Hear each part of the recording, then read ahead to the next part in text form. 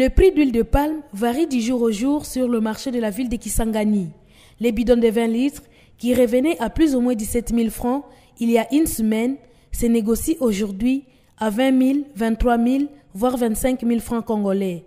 Cette hausse de prix s'explique premièrement par le multiple taxes que payent les vendeurs de cette denrée très importante pour la ménagère. Ces vendeurs d'huile du marché des IAT dénoncent la tracasserie dont ils sont victimes. Le prix de l'huile a augmenté. Du marché d'Engele jusqu'à Kisangani, nous payons beaucoup de taxes. Sur la voie fluviale, nous sommes tracassés. Rien n'est amélioré au pays. Nous payons pour nos bidons d'huile et cela dans 3 ou 4 bureaux. Pour le moment, la bouteille est vendue ici à 700 francs congolais. Les bidons coûtent 25 000 francs congolais. Après le marchandage, nous pouvons le vendre à 23 ou à 20 000. Ces taxes sont nombreuses. Que devons-nous faire? Nous travaillons pour les enfants, pour payer leurs frais scolaires et assurer leur survie. Ces taxateurs, eux aussi, ne nous laissent pas tranquilles. Ils viennent de partout. Voilà pourquoi nous vendons un bidon d'huile à 20 000 francs. L'huile de palme consommée à Kisangani provient des cités et localités situées en aval du fleuve Congo. Une fois ces produits arrivés à Kisangani, les commerçants sont obligés de débourser 400 francs par bidon pour payer le frais dit des ports. Normalement, ici, nous ne percevons pas de taxes. Nous faisons payer les ports. Quand la marchandise arrive, les commerçants déboursent le frais de port. Ils payent 1000 francs pour un sac d'huile. Selon le chef de division provinciale de l'économie, il n'y a pas de tracasserie. La nomenclature est claire. Elle précise les services et les taxes à payer. Roger Mabame propose la vulgarisation de cette nouvelle nomenclature auprès des commerçants. Nous avons beaucoup de textes ici parce que chaque fois quand les textes viennent de Kinshasa, du gouvernement central, ça nous arrive, même ici du gouvernement provincial, ça nous arrive ici. On fait aussi la vérification de ces textes-là.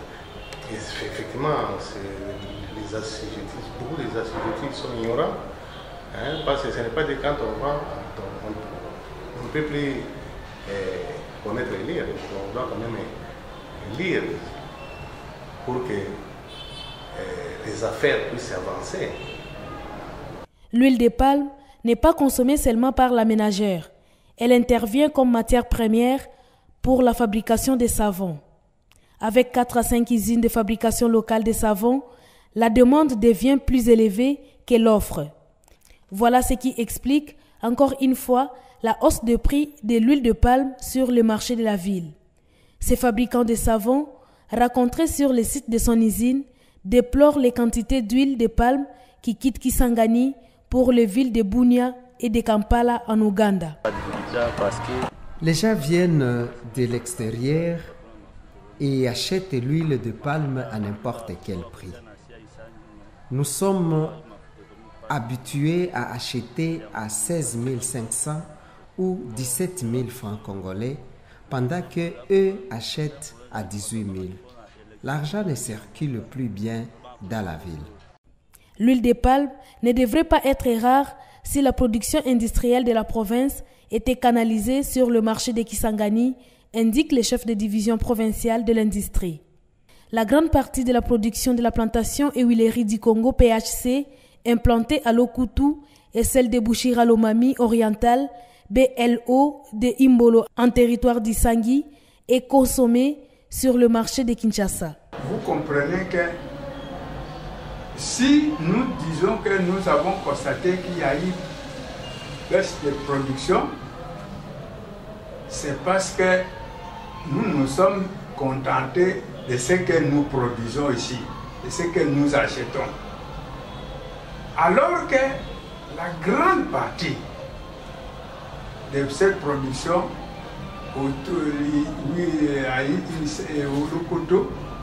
comme Isangi, c'est acheté par les bateaux qui viennent de Kinshasa. Et d'ailleurs, c'est grâce à toutes ces villes de part, toutes ces plantations. D'ailleurs, je vous dis qu'au pays, il n'y a que ça, j'espère. À toutes ces plantations qui produisent, qui sont vendues à Kinshasa la production des huiles de palme.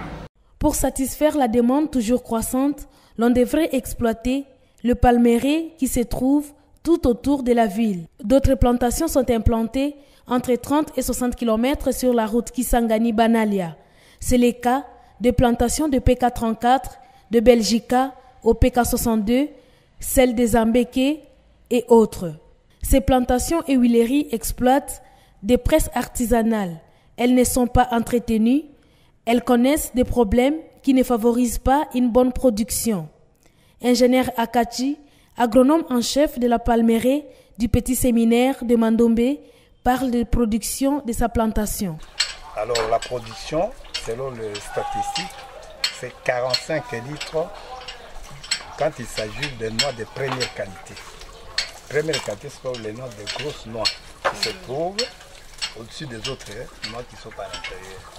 Alors, quand vous prenez la deuxième qualité, on trouve parfois 35 à 32 litres par fût.